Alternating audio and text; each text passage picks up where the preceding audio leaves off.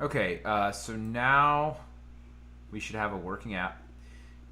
You should be able to see the QR code, which you see when you click grant consent, and then the requester's phone, which is blank right now. So we're gonna on the requester's phone, we're gonna click request consent, and then we're going to scan the QR code for the grantor.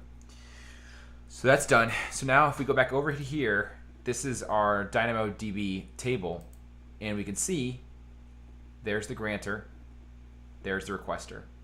So we can, again, this is not a real device ID because it's coming from the simulator, but we can see when it was created at, and we can see the unique device ID of who requested it. So that's all there is to this app.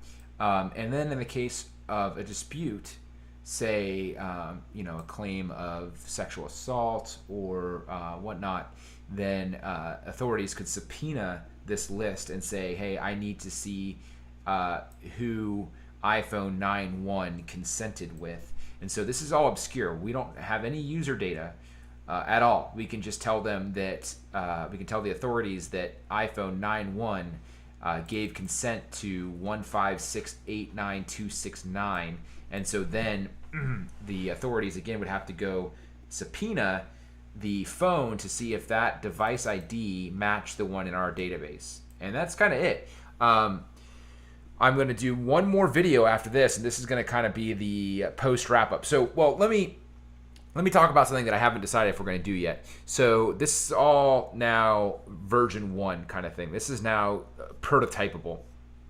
What we haven't done is we have not deployed this to the Google Play Store or the Apple Store. That actually is a pain in the butt. So I'm going to do that. I just don't know if I'm going to record it. So I'm not going to make it as part of the series. If I do end up recording it, I'll go back and add it to this series as the last episode.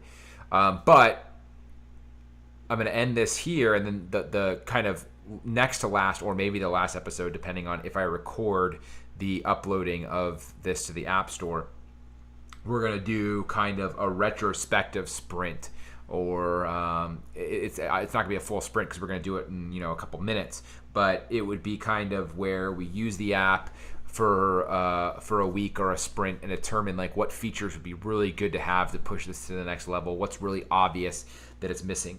So we're going to talk about that next time, but that'll do it for this one.